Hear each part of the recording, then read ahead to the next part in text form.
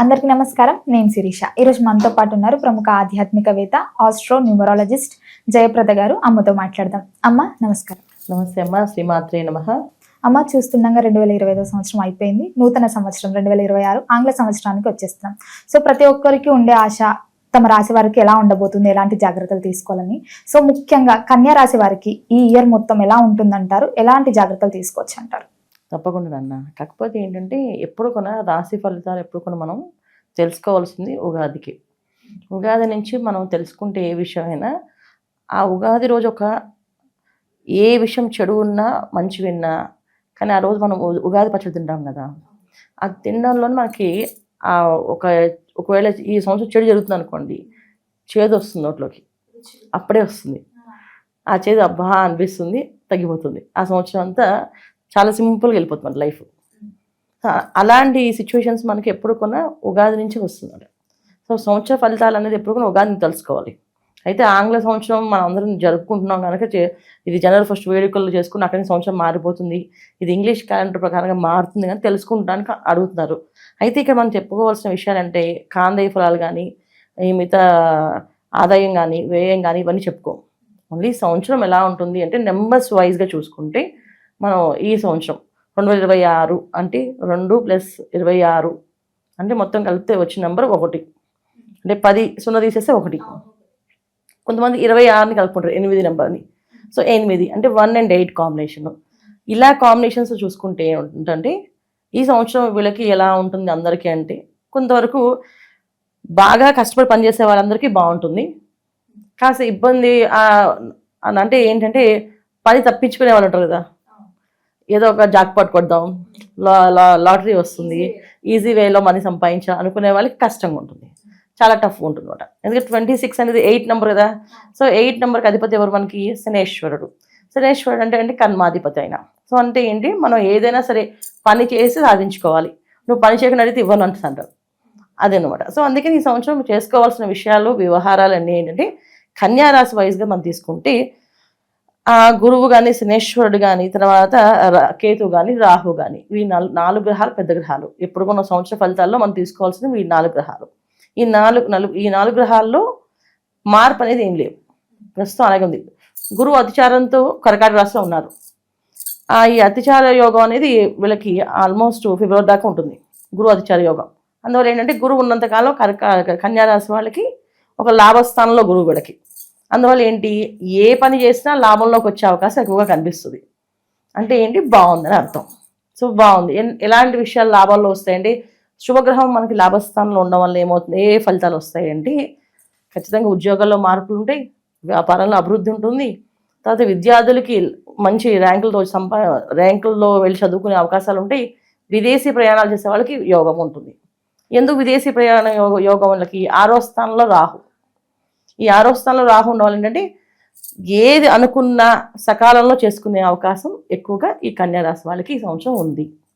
So మనం ఈ వైజ్గా చూసుకుంటే బాగుంది. అంటే వీళ్ళ 50% కన్యా రాశి వాళ్ళకి అనుకూలంగానే ఉంది.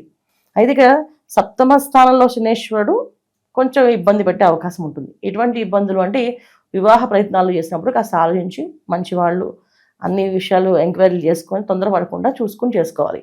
అలాగే కొత్తగా వ్యాపారాలు ప్రారంభం చేసేవాళ్ళు ఎటువంటి వ్యాపారం ప్రారంభం చేస్తున్నాం అనేది చూసుకోవాలి. ఏంటంటే ఇప్పుడు స్టాక్ మార్కెట్ అని, షేర్ మార్కెట్ అని, ఇలాంటి మార్కెట్స్లో బిజినెస్ చేద్దాం అనుకుంటే దాన్ని ఈ సంవత్సరం పెట్టుబడి పెట్టడం ప్రారంభం చేయడం కానీ చేయకూడదు. చేయకుండా మిగతా ఏ వ్యాపారాలు చేసినా బాగానే ఉంటుంది.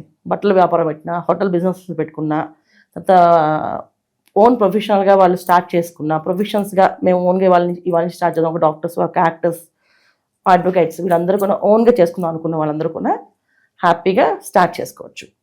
కాబట్టి ఈ షేర్ మార్కెట్ అనేది మాత్రం కాస్త వీళ్ళు ఆలోచించి అడుగు వేయాలి. ఏదైనా సరే ఒక రకమైన అంటే మన నైట్ సంబంధించి కొన్ని వ్యాపారాలు బయట వాళ్ళు చెప్పుకోవడానికి బాగుండవు. అలాంటి వ్యాపారాలు చేసే వాళ్ళందరూ కూడా జాగ్రత్తగా ఉండాలి ఈ సంవత్సరం కన్యా రాశి వాళ్ళు. అలాంటి వ్యాపారాలు చేసిన వాళ్ళకి కాస్తంత ఇబ్బందులు ఉన్నాయి, కష్టాలు ఉన్నాయి. ఎందుకంటే ఇక్కడ 6వ స్థానంలో రాహు ఉన్నప్పటికీ కూడా వీళ్ళకి శత్రువుని జయించే శక్తి ఉంటుంది. కానీ ఒక్కొక్కసారి ఏంటంటే చేసే పనులు, అధర్మ పనులు ఎవరైనా చేస్తే మాత్రం చాలా కష్టపడే అవకాశం ఉంది, జైలుకి వెళ్ళే అవకాశాలు ఉన్నాయి, పోలీసులతో గొడవలు ఉన్నాయి, కోర్టు వ్యవహారాలు చుట్టూ తిరిగే అవకాశాలు ఉన్నాయి, మామూలు కష్టాలు కాదు, చాలా చాలా ఇబ్బంది పడే అవకాశాలు ఎక్కువగా ఉన్నాయి. అందువల్ల మనకి కన్యారాశి వాళ్ళకి 50% బాగుంది, 50% బాధని చెప్పాం. అమ్మ ముఖ్యంగా కన్యారాశి అంటున్నాం కాబట్టి కన్యారాశిలో స్త్రీలు ఉంటారు, పురుషులు ఉంటారు. సో స్త్రీలకు ఎలా ఉంది, ముఖ్యంగా పురుషులకు ఎలా ఉంది? స్త్రీలకు చాలా యోగంగా ఉంటుంది. ఎందుకంటే వాళ్ళకి లాభస్థానంలో గురువు, 6వ స్థానంలో రాహు, తర్వాత సప్తమ స్థానంలో శనేశ్వరుడు వల్ల వివాహ ప్రయత్నాలు ఉన్న వాళ్ళు వివాహాలు అయ్యే అవకాశం ఉంది. మంచి అత్తగారింటికి వెళ్ళే వాళ్ళు, నాలెడ్జబుల్ పర్సన్స్ వచ్చే అవకాశము.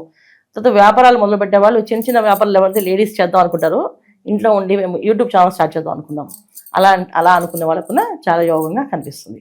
ప్లస్ స్త్రీలకి ముఖ్యంగా చాలా యోగ్యంగా కనిపిస్తుంది. పురుషులకి మాత్రం కాస్తంతే అది ఏంటి, వాళ్ళ పర్సనల్ జాతకాన్ని చూపించుకొని మేము ఈ సంవత్సరం ఈ వ్యాపారం చేద్దాం అనుకోండి, ఈ వ్యాపారం సంబంధించిన ఇబ్బంది ఏమీ లేకుండా ఉందా మాకు అని జాతకాన్ని చూపించుకుంటే, ఒకవేళ జాతకంలో యోగం ఉంటే బాగుంటుంది. ఎందుకంటే మనం చెప్పేది ఎప్పుడు కూడా గోచారంలో ఉండే ఫలితాలు. ఈ గోచారం అనేది ఏంటంటే మొత్తం అందరికి వస్తుంది. కన్యారాశి అని అనుకునే వాళ్ళందరికీ ఈ గోచార ఫలితం వస్తుంది. కొంతమంది నామంతో కన్యారాశి తీసుకుంటారు, నక్షత్రం వయసు కన్యారాశి తీసుకుంటారు. సో నామం వయసు తీసుకున్న వాళ్ళకి, తర్వాత నక్షత్రం వయసు తీసుకున్న వాళ్ళకి కన్యారాశి ఫలితాలు. అయితే పర్సన్ జాతకం అంటే లగ్నం వయసు తీసుకుంటాం మనం.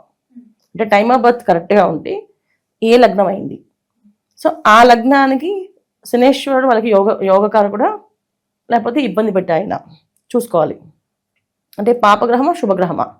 శుభగ్రహం అయితే శుభ ఫలితాలు వస్తాయి, పాపగ్రహం అయితే ఖచ్చితంగా పాప ఫలితాలు వస్తాయి. ఇది గోచారీత్యా వచ్చే బాగున్నప్పటికీ కూడా పర్సనల్ జాతకంలో బాగాలేకపోతే ఇబ్బంది అనేది ఎదుర్కోవాల్సి వస్తుంది. అందుకని ఏంటంటే జాతకాన్ని ఒకసారి చూపించుకోవాలి. కొత్తగా వ్యాపారం ప్రారంభం చేద్దాం అనుకున్న వాళ్ళు, ఏదైనా కొత్త పనులు చేద్దాం అనుకున్న వాళ్ళు, లేదా ఇల్లు కొనుక్కోవాలనుకున్నా, ఇల్లు కట్టుకోవాలనుకున్నా, ఈ సంవత్సరం ఎలా ఉంది మా జాతకం, కట్టుకోగలమా అని చూసుకోవాలి. ఎందుకంటే వృధా ఖర్చులు, ఎక్కువ ప్రయాసపడే అవకాశాలు, ఇబ్బంది పడే అవకాశాలు కనిపిస్తున్నాయి కన్యారాశి వాళ్ళకి. అదే చూపించుకుని పర్సనల్ జాతకాన్ని చూపించుకొని చేయడం వల్ల చాలా క్లారిటీగా వాళ్ళకి రెమెడీస్, పరిహారాలు ఎన్నో వస్తే చేసుకోవచ్చు. ముఖ్యంగా అమ్మ ఈ కన్యారాశిలో ఉన్న కళాకారులకి, సినీ రంగంలో వారికి, అలాగే రాజకీయ రంగంలోకి ఈ ఇయర్ అంతా ఎలా ఉండబోతుంది అంటారు? ధర్మంగా చేద్దాం అనుకున్న అందరికీ బాగుంటుందన్న. ఇందాక మీకు ఫస్ట్ చెప్పాను ధర్మ మార్గం. ఎందుకంటే 26 అనేది మనకి 8వ నెంబర్ కింద వస్తుంది. సో 8వ నెంబరు, అలాగే మొత్తం కలిపితే కూడా 1వ నెంబర్ కింద వస్తుంది. అంటే 1వ నెంబర్ సూర్యుడు అధిపతి, 8వ నెంబర్కి శనేశ్వరుడు అధిపతి. ఇద్దరు కూడా ఏంటంటే ధర్మానికి పరిపాలన వాళ్ళు. అంటే ధర్మ పరిపాలన ఎవరైతే ధర్మంగా నేను నా దేశం కోసం చేద్దాం అనుకున్న వాళ్ళకి, ఇది నా దేశానికి నేను ఏదైనా సేవ చేయాలనుకున్న వాళ్ళకి ఖచ్చితంగా పేరు ప్రఖ్యాతులు వస్తాయి. దేశాన్ని దోచుకుందాం అనుకునే వాళ్ళు మాత్రం ఖచ్చితంగా కటకడాలకే వెళ్ళే అవకాశం ఉంది. ఇది కన్యారాశి వాళ్ళకి ఈ సంవత్సరంలో వచ్చే ఫలితాలు. ముఖ్యంగా రైతులకు ఎలా ఉండబోతుంది అంటారు ఈ ఇయర్ మొత్తం? అవి మనం ఉగాదిని చెప్పుకుందాం. ఎందుకంటే ఉగాదికి రైతులకి సంబంధించిన వర్ష ఫలితాలు, తర్వాత కాందేయ ఫలాలు చూస్తాం కదా, అప్పుడు మనం చెప్పుకోవచ్చు. ఇప్పుడైతే ఏంటంటే గురువు అతిచారంలో ఉన్నారు కనుక ఏది జరిగినా అతిచారంగా జరుగుతుంది. ఒకవేళ వర్షం పడవచ్చు అండ్ పడకపోవచ్చు. మంచి విత్తనాలు వేసి వర్షం కావాలనుకునే వాళ్ళు పాపం వర్షాలు ఉండవు, లేదు వర్షం కావాలి, వర్షం అక్కర్లేదు, బాగుంది, ఇలా ఉంటే బాగుంటుంది అనుకుని వర్షం పడి మొత్తం మునిగిపోయే అవకాశం ఉంటుంది. అందుకేనంటే మనం అవి ఉగాది ఫలితాల్లో కొన్ని విషయాలు తెలుసుకోవచ్చు. ఇది మా ఆంగ్ల సంవత్సరం ఫలితాలు ఏంటంటే జనవరి నుంచి డిసెంబర్ దాకా ఉండే మాస ఫలితాలు. మన ఉగాది వరకు కుజుడు పరిపాలన కనుక మనకి ఇక్కడ విశ్వవసునామ సంవత్సరం కదా, ఈ విశ్వవసునామ సంవత్సరం యొక్క ఫలితాలు మనకి ఉగాది వరకు ఉంటాయి. సో ఈ ఫలితాల్లో ఖచ్చితంగా వర్షాలు అధికంగా ఉన్నాయి ఈ సంవత్సరం. అందువల్ల మనం ఏంటంటే రైతులకైనా ఎవరికైనా సరే వాళ్ళ పర్సనల్ జాతకం మాకు బాగుందనేది చూసుకోవాలి. ఈ విధంగా చేసుకోవాలమ్మా. అమ్మ ఓవరాల్గా ఈ 2026లో ఇంకా బాగుండాలంటే ఏ దైవాన్ని పూజించమంటారు, ఎలాంటి సులువైన పరిహారాలు చేసుకోవచ్చు అంటారు? కన్యారాశి వాళ్ళు విష్ణు సహస్రనామ పారాయణ ఎప్పుడు రోజు చేయాలి నిరంతరము, లేదా విష్ణు నామస్మరణ ఖచ్చితంగా చేయాలి. ఓం నమో నారాయణాయ నమః, ఓం నమో భగవతే వాసుదేవాయ నమః అనే మంత్రాన్ని ఎక్కువ స్మరణ చేసుకుంటూ వెళితే అన్ని పనుల్లో విజయం సాధిస్తారు. తిరుపతి క్షేత్రానికి దర్శనానికి వెళ్ళడం, ఇవి చేస్తూ ఉంటారు ప్రతి సంవత్సరం అంతా. అమ్మ ఓవరాల్గా 2026లో కన్యా రాశి వారికి ఎలా ఉండబోతుందో, ఎలాంటి జాగ్రత్తలు తీసుకోవాలో తెలియజేసినందుకు ధన్యవాదాలు. నమస్తే అమ్మా. శ్రీమాత్రే నమః.